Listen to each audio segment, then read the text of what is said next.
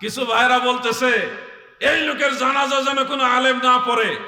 বীর মুক্তিযোদ্ধা অ্যাডভোকেট ফজলুর রহমানের জানাজা নবীর দুশমনরা পড়ার দরকার নাই, তার জানাজা পড়বে আশিকে রাসূল সুন্নি আলেমরা। ঠিক কিনা বলে? রাজাকারের কোনো প্রয়োজন নাই মুক্তিযোদ্ধার জানাজা আসায়। তোমরা দূরে থাকো, তোমরা তো এই দেশের স্বাধীনতাই চাও নাই। এই বাংলাদেশি যারা চায় নাই তারা মুক্তিযোদ্ধাদের জানাজা পড়বে এই আশা তো করা যায় না। আপনারা বলেন ওই লোকে বলছিল বাংলাদেশে 12,000 দরবার আছে, এই দরবারের আউলিয়া যারা তাদেরকে আমি ভালোবাসি, হযরত শাহজালাল রহমতুল্লাহ আলাইহিকে ভালোবাসি, সোনাকান্দা দরবার সব হক্কানি দরবারকে আমি ভালোবাসি, ওলি আল্লাহদের অনুসারীরাই বাংলাদেশে মেজরিটি, অতএব আহলে সুন্নাত ওয়াল জামাতকে আমি অন্তর থেকে ধারণ করি। সে নিজেকে সুন্নি পরিচয় দেওয়ার কারণে আজকে নবীর দুশমনেরা ওনার জানাজা পড়তে জানে, বেচারা মরে নাই।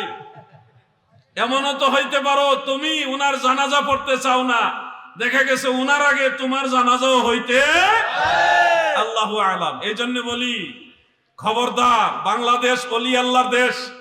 আল্লাহর ওলিরা মানুষদেরকে মায়া মোহব্বত করে, মেহমানদারি করে, আদর স্নেহ দোয়া তাদেরকে পরকালের কথা স্মরণ করায় দেয়, বিধায় মানুষের উপর উগ্র হয় না, মানুষকে আদব শিক্ষা দেয়, মানুষের প্রতি যে দরদ এটা শিক্ষা দেয়।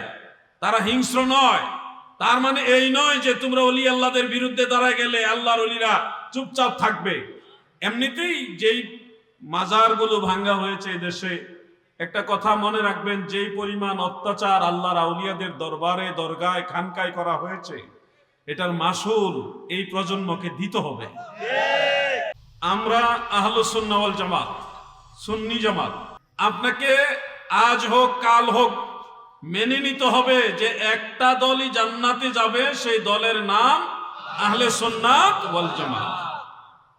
এই সুন্নি জামাতের সাথে ঠেলাঠেলি করে অনেক দল বের হয়েছে, এই ইদানিং না আগের থেকেই বের হয়েছে।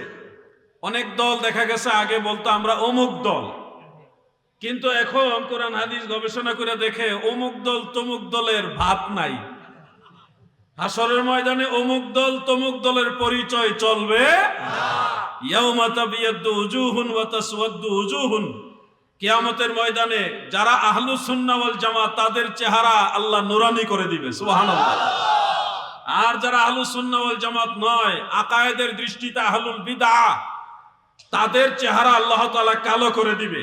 কোরআন হাদিস গবেষণা কইরা যারা সুন্নিদের প্রতিদ্বন্দ্বী, সুন্নিদের সাথে ঠেলাঠেলি করে নতুন নতুন দল বানাইছে, তারা যখন পড়ালেখা করছে দেখছে আসলে আহলুস সুন্নাহ ওয়াল জামাত ছাড়া বিকল্প কোনো রাস্তা নাই, তখন তারা এখন মাঝে মধ্যে স্বীকার করে কোন আমরা খাঁটি আহলে সুন্নাত, হক্কানি আহলে সুন্নাত। তাইলে দেরি তো হলে কিছুটা বুঝছে যে আহলুস সুন্নাহ ওয়াল জামাত এই দলটাই সঠিক দল। তাইলে আমরা কি নতুন সুন্নি না আগের থেকেই সুন্নি? বাংলাদেশের একজন কৃতি সন্তান আমি বলবো, প্রথিতযশা বীর মুক্তিযোদ্ধা অ্যাডভোকেট ফজলুর রহমান নামক একজন ব্যক্তি আসে, কিশোরগঞ্জের সন্তান। 1971 সালে তিনি বাংলাদেশকে স্বাধীন করার জন্য অস্ত্র হাতে নিয়ে এই দেশের এই ভূখণ্ডের মানুষের যারা শত্রু তাদের সাথে জিহাদ করে, লড়াই করে এই দেশকে পবিত্র যারা করেছে, স্বাধীন যারা করেছে, সে বীর মুক্তিযোদ্ধাদের অন্যতম হলো ফজলুর রহমান সাহেব। বেচারা সুন্নি দেখা আর রাজাকারের বিরুদ্ধে কথা বলে দেখা কিছু ভাইরা বলতেছে এই লোকের জানাজা যেন কোনো আলেম না পড়ে। বীর মুক্তিযোদ্ধা অ্যাডভোকেট ফজলুর রহমানের জানাজা নবীর দুশমনরা পড়ার দরকার নাই, তার জানাজা পড়বে আশিকে রাসূল সুন্নি আলেমরা। ঠিক কিনা বলে? রাজাকারের কোনো প্রয়োজন নাই মুক্তিযোদ্ধার জানাজা আসায়। তোমরা দূরে থাকো, তোমরা তো এই দেশের স্বাধীনতাই চাও নাই। এই বাংলাদেশি যারা চায় নাই তারা মুক্তিযোদ্ধাদের জানাজা পড়বে এই আশা তো করা যায় না। আপনারা বলেন ওই লোকে বলছিল বাংলাদেশে 12,000 দরবার আছে, এই দরবারের আউলিয়া যারা তাদেরকে আমি ভালোবাসি, হযরত শাহজালাল রহমতুল্লাহ আলাইহিকে ভালোবাসি, সোনাকান্দা দরবার সব হক্কানি দরবারকে আমি ভালোবাসি, ওলি আল্লাহদের অনুসারীরাই বাংলাদেশে মেজরিটি, অতএব আহলে সুন্নাত ওয়াল জামাতকে আমি অন্তর থেকে ধারণ করি। সে নিজেকে সুন্নি পরিচয় দেওয়ার কারণে আজকে নবীর দুশমনেরা ওনার জানাজা পড়তে জানে, বেচারা মরে নাই। এমনও তো হইতে পারো তুমি উনার জানাজা পড়তে চাও না, দেখা গেছে উনার আগে তোমার জানাজাও হইতে আল্লাহু আলাম। এই জন্য বলি খবরদার, বাংলাদেশ অলি আল্লাহর দেশ। আল্লাহর অলিরা মানুষদেরকে মায়া মহব্বত করে, মেহমানদারি করে, আদর স্নেহ দোয়া, তাদেরকে পরকালের কথা স্মরণ করায় দেয়, বিধায় মানুষের উপর উগ্র হয় না, মানুষকে আদব শিক্ষা দেয়, মানুষের প্রতি যে দরদ এটা শিক্ষা দেয়। তারা হিংস্র নয়। তার মানে এই নয় যে তোমরা অলি আল্লাহদের বিরুদ্ধে দাঁড়ায় গেলে আল্লাহর অলিরা চুপচাপ থাকবে। এমনিতেই যেই মাজারগুলো ভাঙ্গা হয়েছে দেশে, একটা কথা মনে রাখবেন, যেই পরিমাণ অত্যাচার আল্লাহর আউলিয়াদের দরবারে দরগায় খানকায় করা হয়েছে, এটার মাসুল এই প্রজন্মকে দিতে হবে। আল্লাহর ওলিরা ছাইরা দিলেও আল্লাহ ছাড়বে না, কারণ মান আদা লি ওয়ালিয়ান ফাকাদ আযানতুহু বিল হারব। যারা আল্লাহর ওলির সাথে গুস্তাখি করে, আল্লাহর ওলিদের সাথে যারা বেয়াদবি করে, তাদের সাথে যুদ্ধ ঘোষণা করেছে আল্লাহ। আজ হোক কাল হোক এটার মাসুল তোমরা দিবা। খবরদার, ওলি আল্লাহদের সাথে বেয়াদবি করো না। তারা নীরবে মুখ বুজে অনেক অত্যাচার সহ্য করে আসমানের দিকে তাকায় থাকে। আসমানওয়ালা, সারা সৃষ্টি জগতের মালিক যিনি, তিনি যে ফায়সালা দেয় ওইটার উপরে আল্লাহর ওলিরা তাকায় থাকে। আমি ওই কথাগুলো প্রাসঙ্গিক বললাম। আপনাদেরকে বলছি আহলুস সুন্নাহ ওয়াল জামাত এটাই একমাত্র নাজাত প্রাপ্ত দল। এই কয়েকশো বছর আগেও না, কিছুদিন আগে একটা নতুন দল বের হয়েছে, তাদের নাম রাখছে আহলে হাদিস। আহলে হাদিস এক দল, আরেক দল বেরিয়েছে আহলে কুরআন, আরেক দল ছিল আহলে কিতাব। একটা হলো আহলে কিতাব, আরেকটা আহলে কুরআন, আরেকটা আহলে হাদিস। দল কিন্তু বড় বড় নাম দিয়ে, নতুন নতুন নাম দিয়ে বের হয়েছে। আপনাদের কুমিল্লাতে আরেক দল বের হয়েছে, এরা নামাজ মানে না,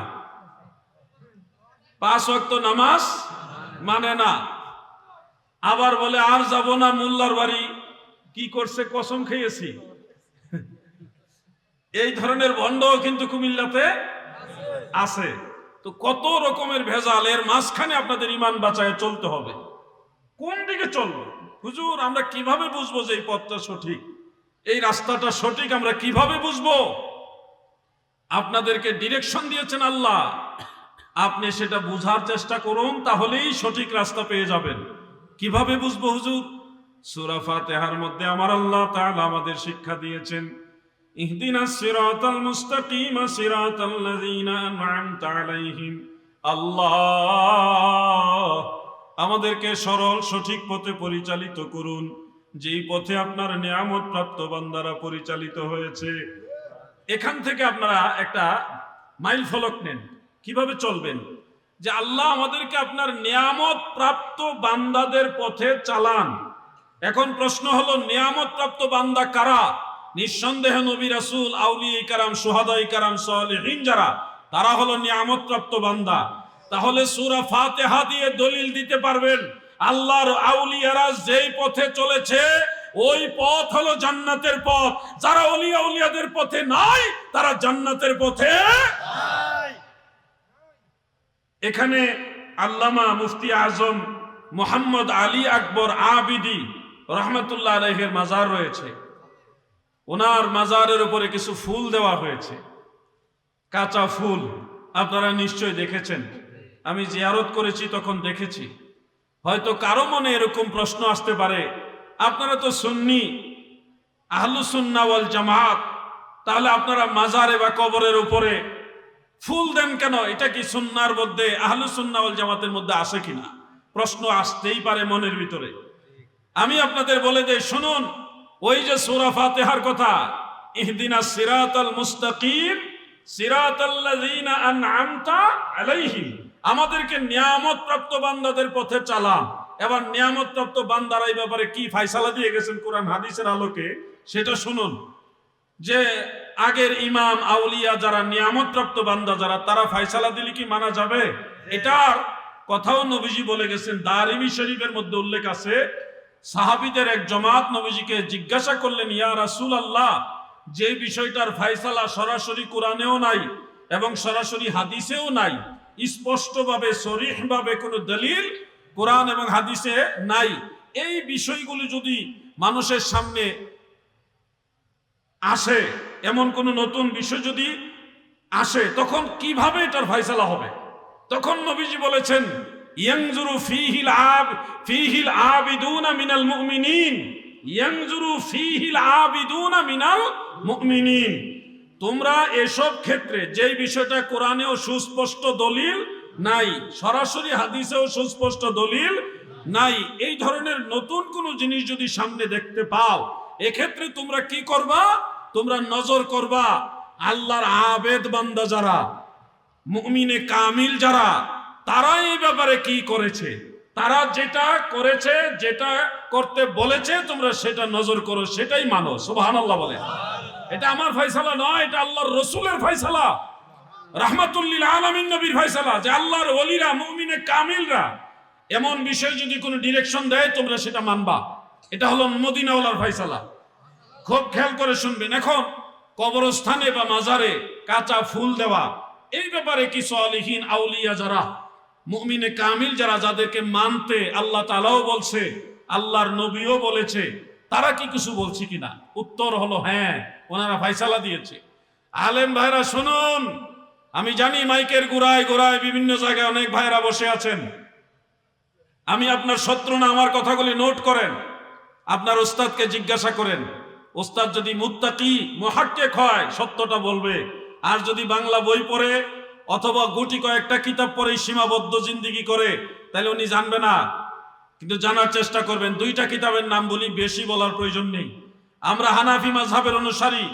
এই হানাফি মাযহাবের ব্যারিস্টার যিনি ছিলেন, 1 লক্ষ হাদিস যিনি মুখস্থ জানতেন, ইমামুল হারামাইন মোল্লা আলী কারি হানাফি রহমাতুল্লাহ আলাইহি, তিনার লেখা একটা কিতাব আছে মিরকাতুল মাফাতিহ শরহে মিশকাতুল মাসাবিহ, সেই কিতাবের মধ্যে মাসআলাটা আছে। দ্বিতীয় কিতাবটা মনে রাখবেন, ফতোয়ায়ে শামি রাদ্দুল মুখতার আলা দুররিল মুখতার। এই ফতোয়ায়ে শামির মধ্যে ইমাম ইবনে আবিদিন যাইনুদ্দিন শামি রহমাতুল্লাহ আলাইহি উল্লেখ করেছেন, কোন মুমিন বান্দা যদি মারা যায়, আল্লাহর মায়ার বান্দা যদি মারা যায়, তাদের কবরের উপরে কাঁচা ফুল দেওয়া এটা মুবাহ, এটা জায়েজ আছে, উত্তম নিয়তের কারণে এটা মুস্তাহাব হবে। সুবহানাল্লাহ বলে। এটার পিছনে ওনারা দলিল নিয়েছে বুখারী শরীফের হাদিস এবং সুনানু আবি দাউদের হাদিস। কারণ একজন ইমাম যখন একটা মাসআলা রায় দেয়, এটার পিছনে কোরআন হাদিসের কোনো না কোনো সূত্র থাকে। তো এই যে বিষয়টা ওনারা যে বললেন কাঁচা ফুল দেওয়া জায়েজ, এটার পিছনে ওনারা কি সূত্র নিয়েছে? এখন যে বলবে মোবাইলে বিয়ে করা জায়েজ নি, এটা তো কোরআন আপনি পাইবেন না, পাইবেন নাকি? কারণ মোবাইলই তো তখন ছিল না যখন কোরআন নাজিল হয়। তো কোরআনের ভিতরে তার মোবাইলের কথা থাকবে না, মোবাইলের বিয়ের কথা থাকবে তার পরের কথা। তো এই ফাসালাটা, এই যে মাসআলাটা, এটা ইমামরা দিবে অন্য মাসালার সাথে কিয়াস করে, ম্যাচিং করে। তো এখন ইমামরা যে বললেন কবরস্থানে বা আল্লাহর ওলির মাজারে কাঁচা ফুল দেওয়া জায়েজ, ওনারা এটার পিছনে কি সোর্স নিয়েছেন, কি দলিল নিয়েছেন, কোনটার সাথে ওনারা কিয়াস করেছেন? এটা হলো বুখারী শরীফের একটা হাদিস। রাসূল করিম সাল্লাল্লাহু আলাইহি ওয়া আলিহি ওয়াসাল্লাম, আমাদের দয়াল নবীজি একবার এক কবরস্থানের পাশ দিয়ে যাচ্ছিলেন। এরপরে সাহাবীদের বললেন, তোমরা কি দেখতে পাচ্ছ এই কবরস্থানে কি হচ্ছে? সাহাবারা বললেন, না গো ইয়া রাসূলুল্লাহ, আপনি বলে দিন এই কবরস্থানে কি হচ্ছে। আল্লাহর হাবিব বলেন, সাহাবীরা গো, এই কবরের দুইটা কবর, দুইটার মধ্যে আযাব হইতেছে। এই দুইটা কবরের আযাব, একটা হইছে সুগুলখুরির কারণে, আরেকটা প্রস্রাবের সময় অসতর্কতার কারণে। প্রস্রাব কইরা ঠিক মতো প্রস্রাবটা নিষ্কাশন না কইরা কোনো মতে কাম সেরা ফেললেন, কাজ হবে না, এটার জন্য কবরে আযাব হবে। এই দুই কারণে তাদের কবরে আযাব হচ্ছে। আল্লাহর নবী রাহমাতুল লিল আলামিন তাদের কবরের আযাব লাঘব করার জন্য, হালকা করার জন্য দুই কবরের মাঝখানে খেজুর গাছের ডাল পুঁতে দিয়েছেন। উদ্দেশ্য হলো, এই হাদিসের ব্যাখ্যায় মুহাদ্দিসিনে কেরাম বলেছেন, খেজুর গাছের ডাল যতক্ষণ পর্যন্ত তাজা থাকবে, ওই ডাল আমার আল্লাহর নামের তসবিহ আদায় করবে, জিকির করবে, এর বরকতে আমার আল্লাহ তাদের কবরের আযাব হালকা করে দিবে। এই হাদিসের সাথে কিয়াস করে ইমামগণ তিনারা মাসআলা দিয়েছেন যে আল্লাহর ওলিদের মাজারের উপরে কেউ চাইলে নেক নিয়ত করে ফুলের, যে ফুল বলতে কাঁচা ফুল, ওনারা দিতে পারবে। তবে সর্বোপরি আপনারা এটা খেয়াল রাখবেন, ইন্নাল্লাহা লা ইউহিব্বুল মু'তাদিন, আল্লাহ তাআলা সীমা লঙ্ঘনকারীকে পছন্দ করেন না। এত বেশি ফুল দিয়েন না যেটা অপ্রয়োজন। এখানে যেটুকু দেওয়া হয়েছে আলহামদুলিল্লাহ সুন্দর, যথার্থ, কিন্তু এত ফুল দিলেন যেই ফুল এত এখানে প্রয়োজন নেই। নিয়ত করে আপনি একটা ফুলের পাপড়ি দেন না, এই নিয়তের উপরে আপনার কাজ হবে। কথা বুঝতে পারছেন? এখন টনের টন, মনের মন আইনা ফুল মাজারের উপর রাখার কোনো প্রয়োজন নেই। যতটুকু দেওয়া প্রয়োজন ওটুকু দিয়ে বাকিটা মানুষের প্রতি আপনারা মেহমানদারি করেন, মানুষের সেবা করেন, এতে আল্লাহ এবং আল্লাহর ওলি খুশি হবে। কথা কি বুঝতে পারছেন? যে কোনো জিনিস একটা ব্যালেন্স করে কাজ করবেন, ব্যালেন্স করে চললে তখন আর ফিতনা আসবে না। এখন কেউ যদি বলেন না আমি মোল্লা আলী কারি মানি না, আমি ইমাম ইবনে আবিদিন শামীকে মানি না, তাকে বলবেন তুই সলিমউদ্দিনের ফুলা কলিমউদ্দিন, তোরে আমরা মানি না, আমরা আমাদের ইমামদেরকে মানি। ঠিক কিনা বলে? যে ইমামদেরকে মানবে না সে আহলুস সুন্নাহ ওয়াল জামাত হতে পারে না।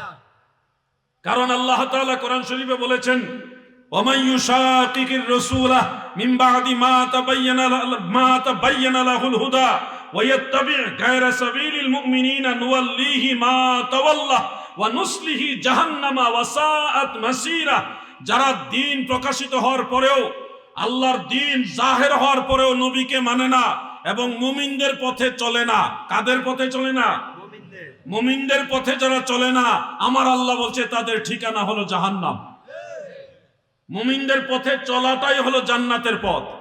অন্য আয়াতে আল্লাহ তাআলা বলেছেন ওয়াত্তাবি' সাবিলা মান আনাবা ইলাইয়া, সেই রাস্তা অনুসরণ করো যেই রাস্তার মানুষগুলি আমি আল্লাহকে রাজি খুশি করে আমার দিকে চলে এসেছে। এজন্যই তো আমরা বলি তাদের পথে তাদের মতে কবুল করুন আল্লাহ, কবুল করুন আল্লাহ। ওলি আল্লাহর বাংলাদেশ, এই শহীদ গাজীর বাংলাদেশ, বলুন না ওলি আল্লাহর বাংলাদেশ, এই শহীদ গাজীর রহম করুন আল্লাহ, রহম করুন। বাবা শাহজালালের বাংলাদেশ, এই শাহপরানের বাংলাদেশ, রহম করুন আল্লাহ, রহম করুন আল্লাহ। মাজারে ফুল দেওয়ার মাসালাটা কি আপনারা বুঝতে পারছেন? আমরা সুন্নিরা দলিলের বাইরে না। এখন দেখা গেছে আজকে আমি সোশ্যাল মিডিয়াতে একটা হাদিস শরীফ লিখে ভালো উদ্দেশ্যে নেক নিয়তে প্রচার করেছি। হাদিস শরীফটা হলো আসহাবে কাহাফের আল্লাহর আউলিয়া যারা ছিলেন, যারা 309 বছর ঘুমায়েছিলেন, এরপরে আল্লাহ তাআলা ওনাদের আবার ঘুম থেকে জাগ্রত করেছেন। 7 জন আল্লাহর ওলি ছিল, তারা হযরত ঈসা আলাইহিস সালামের উম্মত ছিল। তাদের যে গুহার মধ্যে ঘুমিয়েছিলেন, এই গুহাটা হলো শাম দেশে, বর্তমান জর্ডানে। আমি 2 বার ওই গুহার ভিতরে ঢুকেছি। তো সেই গুহায় আল্লাহর আউলিয়ারা যারা আল্লাহ তাআলার নির্দেশে ঘুমিয়েছিলেন, পরে ইন্তেকাল করেছেন, এই 7 জন আল্লাহর আউলিয়া শেষ জামানায় আবার পুনরুজ্জীবিত হবে। আল্লাহ তাদেরকে আবার জীবিত করবেন এবং তারা ইমাম মাহদী আলাইহিস সালামের সাথে সৈনিক হয়ে ইসলামের শত্রু যারা তাদের সাথে জিহাদ করবে। সুবহানাল্লাহ। সেই গুহা থেকে তারা আবার বের হবে আল্লাহর আউলিয়ারা। এটা পোস্ট করেছি, পরে বেশ কিছু আলেম দেখলাম, টুপি আছে, বড় বড় দাড়িও আছে, ফেস দেখে বুঝলাম এরা মাদ্রাসা পড়ুয়া। ওনারা বলতেছে এই ধরনের কথা, মন গড়া কথা, এগুলি কোথায় পেলেন? রেফারেন্স দেন। এরপর আমি রেফারেন্স দিলাম আখরাজাহু ইবনু মারদাওয়াই ফি তাফসীরিহি, এদুল লিখে দিছি। কয়গুলি তাফসীরের কথা মানা যাবে না, তাফসিরের কথা কেন বললেন আপনি? ওনার তাফসির কি সঠিক কিনা চিন্তা করেন। ইমাম ইবনু মারদাওয়াই রাহমাতুল্লাহ আলাইহি সে তো চিনে না। ইমাম আবু বকর বাইহাকি রাহমাতুল্লাহ আলাইহির সমসাময়িক একজন মুফাসসির এবং হাফেজুল হাদিস, উনি হাফেজুল হাদিস। বেচারা কো উনারটা মানা যাবে না। পরে আমি বললাম এটা ওনার কথা নয়, উনার তাফসীরের মধ্যে উনি এটা বর্ণনা করেছেন আন ইবনে আব্বাস মারফুআন, হযরত ইবনে আব্বাস রাদিয়াল্লাহু আনহুমা থেকে মারফু সূত্রে, মানে এটা আল্লাহর রাসূল বলেছে আসহাবে কাহফের আউলিয়ারা পুনরুজ্জীবিত হবে, ইমাম মাহদী আলাইহিস সালামের সাথে আবার তারা মিলিত হয়ে সহযোগী হয়ে বেঈমানদের বিরুদ্ধে যুদ্ধ করবে। আল্লাহর নবীর হাদিস এটা, সুবহানাল্লাহ। এখন বেচারা তো কোনোদিন এই কিতাব পড়েও নাই। আমরা বিপদে পড়ছি, আমরা কেন পড়লাম? আমরা পড়ে আমাদের সমস্যা হয়েছে, কেন পড়লাম? এই জন্য মাঝে মধ্যে যখন দলিল দেই কিছু মানুষ মনে করে এগুলো জাল হাদিস, কারণ বেচারা এই কিতাব কোনোদিন পড়ে নাই। তাফসীর ইবনু মারদাওয়াই এই কিতাব কুমিল্লা অঞ্চলের মধ্যে হয়তো দুই একজনের ঘরে আছে, আর অন্য কারো কাছে পাওয়া যাবে বলে আমার মনে হয় না। বেশি দিন আগের কিতাব না, এটা 1100 বছরের আগের কিতাব। আল্লাহু আকবার। সেই কিতাবের মধ্যে এই হাদিস উল্লেখ রয়েছে আসহাবে কাহফের আউলিয়ারা ইমাম মাহদী আলাইহিস সালামের সৈনিক হবে। আপনারা কি ইমাম মাহদী আলাইহিস সালামের পক্ষে থাকবেন না? সবাই বলেন থাকবেন কি না? নারে তাকবীর, আল্লাহু আকবার। নারে রিসালাত, ইয়া রাসূলুল্লাহ। নারে পাক পাঞ্জাতন, ইয়া পাক পাঞ্জাতন। নারে গাউসিয়া, ইয়া রাসূলুল্লাহ। আহলে সুন্নাত ওয়াল জামাত জিন্দাবাদ, জিন্দাবাদ। আমার দাদু ভাইরা, এই জন্য আপনাদের মনে রাখতে হবে লাইন কোনটা। সেই সঠিক লাইন হলো আহলুস সুন্নাহ ওয়াল জামাত। আমার নবীর দল যারা চিনতে ভুল করবে গো, আখেরাত তাদের সবকিছু বরবাদ হয়ে যাবে। ও কুমিল্লা চাঁদপুরের নবীর প্রেমিকেরা, মন দিয়ে শুনেন, এই ফিতনার যুগে বহু রঙের দল আসবে, বহু রকম রঙ্গিলা শায়েখরা আসবে, এসে বিভিন্ন ধরনের কথা আপনাদের শোনাবে। যেমন আহলে হাদিস একটা দল বের হয়েছে, তারা বলবে আমরা হক, আমরা সহি হাদিস মানি। শুনেন, সহি হাদিস মানাই হক, এটা একতরফা বলা যাবে না। কেন? যে সব সহি হাদিস চাইলেও মানা যাবে না। সহি হাদিসের মধ্যে মানসুখ হাদিস আছে। সহি হাদিসের মধ্যে মানসুখ মানে রহিত হাদিস, যেমন কুরবানির গোশত 3 দিনের বেশি খাওয়া যাবে না, এটা সহি হাদিস। আপনারা কি এটা মানতে পারবেন? মানেননি, মানেনও তো না। নারায়ে তাকবীর, নারায়ে তাকবীর, আল্লাহু আকবার। নারায়ে রিসালাত। আহলে হাদিস দাবি করে আর বলে আমরা সহি হাদিস মানি, আর আমরা আহলে হাদিস দাবি করি না, তারপরেও আমরা সহি হাদিস মানি। তো তাদের আর আমাদের মধ্যে বেশ কম কি?